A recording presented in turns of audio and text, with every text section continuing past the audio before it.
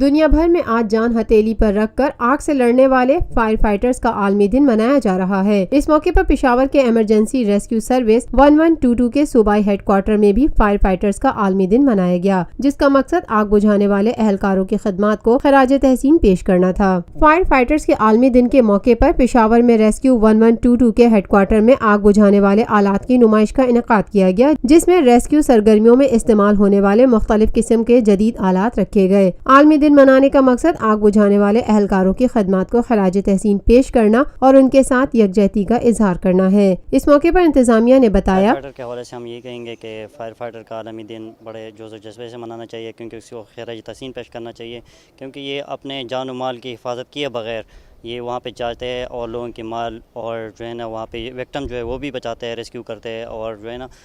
Fire کو بجھانے کے لیے جو ہے نا یہ اپنی جان کو خطرے میں ڈالتے ہوئے لوگوں کی جو ہے نا مال و املاک کو بچاتے ہیں۔ کہ گزشتہ 7 سالوں کے دوران ریسکیو 1122 نے 5000 سے زائد آگ کے واقعات میں سہولیات فراہم کی ہیں۔ Lotus lake towers, a groundbreaking endeavor by Lotus Properties.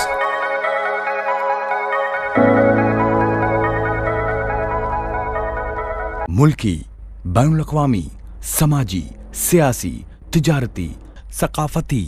تفریحی، معلوماتی اور کھیلوں سے جڑی ہر چھوٹی بڑی خبر کا مرکز TNN TV۔